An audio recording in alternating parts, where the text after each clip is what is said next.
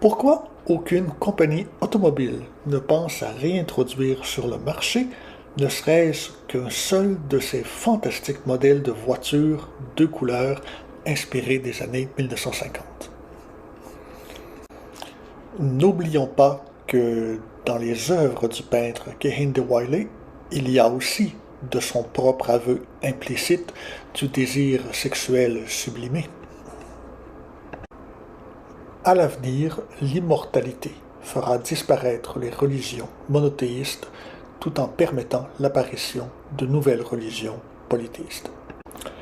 Pensez à son âge en termes de chiffres, que ce soit 35, 47 ou 52 par exemple, amène inévitablement à difficilement se résoudre à accepter l'idée du temps qui passe. Pensez à l'année de sa naissance avec toutes les images historiquement associées à cette période aujourd'hui disparue, nous amène au contraire à beaucoup mieux l'accepter.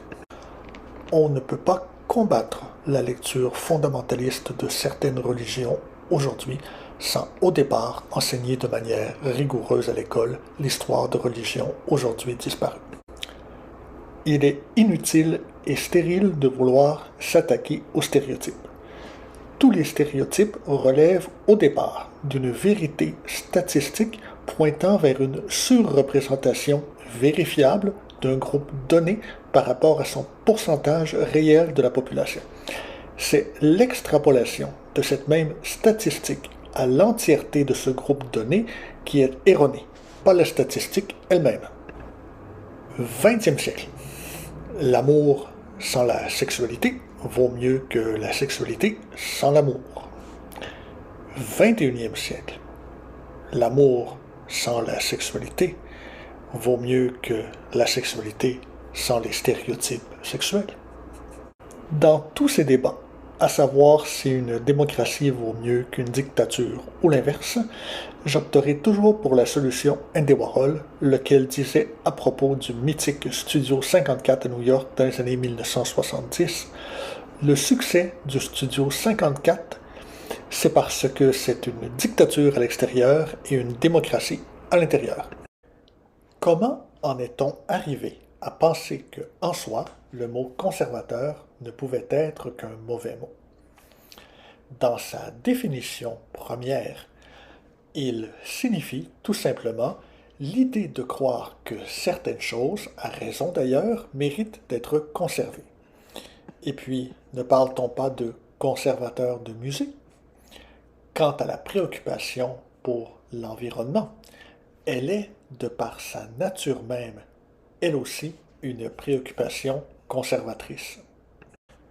Dans les écrits religieux de la culture juive, on trouve ce proverbe. Malheur à la génération dont les juges méritent d'être jugés. Peut-on imaginer quelque chose décrivant mieux notre époque que cela? La plus pertinente réflexion sur l'état de nombre de nos médias généralistes aujourd'hui? Ne cherchez plus du côté de l'actualité. Au contraire, c'est du côté de Oscar Wilde, il y a plus de 125 ans, que vous la trouverez. La différence entre les journaux et la littérature est que les journaux sont illisibles et la littérature n'est pas lue. Le véritable sens de l'expression trop blanc au sommet. Nom de code utilisé fréquemment aujourd'hui partout en Occident par la gauche, voire l'extrême gauche, pour dire trop juif au sommet sans risquer d'être accusé d'antisémitisme. Les grands donateurs du Parti démocrate, encore trop blancs. Hollywood derrière la caméra, trop blanc. Wall Street, trop blanc. Dans tout ce qui a pu se dire ou s'écrire à propos des célèbres 32 boîtes de soupe Campbell d'Andy Warhol, j'ai toujours trouvé que le plus intéressant était ce que Irving Blum, lequel avait été le premier à les exposer, racontait un jour à leur sujet. Ainsi, en entrevue, il relatait comment il avait décidé de recontacter des acheteurs des quelques-unes qui s'étaient d'abord vendues, en se disant qu'il devait fort probablement garder l'ensemble intact pendant un bon moment parce que cela allait un jour avoir un immense impact dans l'histoire de l'art. Si cela ne s'appelle pas avoir été particulièrement visionnaire, je me demande vraiment comment cela s'appelle.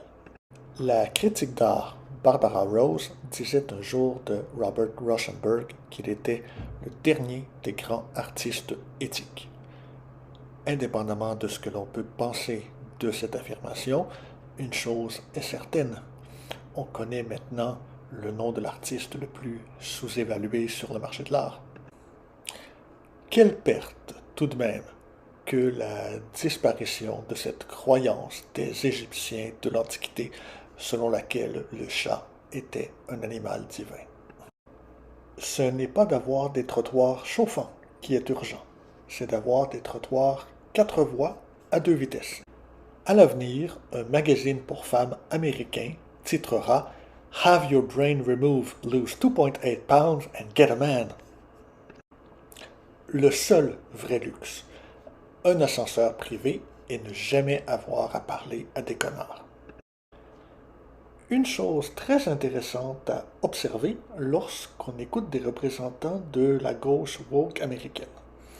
Dans une phrase, elle parlera de white privilege, puis immédiatement dans la phrase suivante, elle pourra dénoncer et maudire les blancs pauvres et peu éduqués qui ont le malheur de ne pas voter comme elle le voudrait. Or, en quoi être pauvre et peu éduqué est un privilège?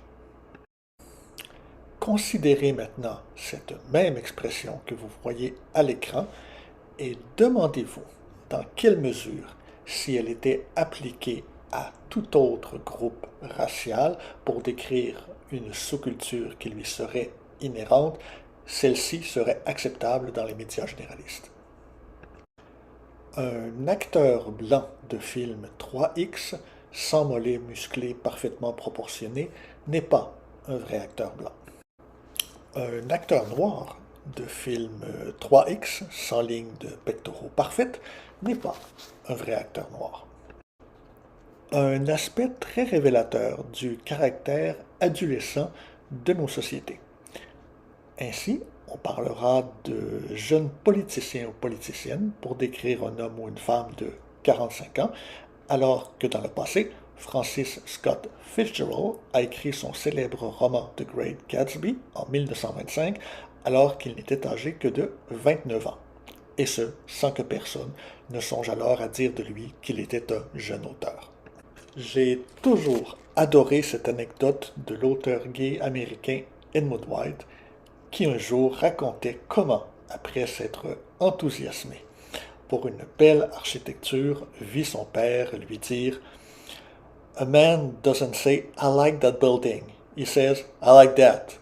Fantastique.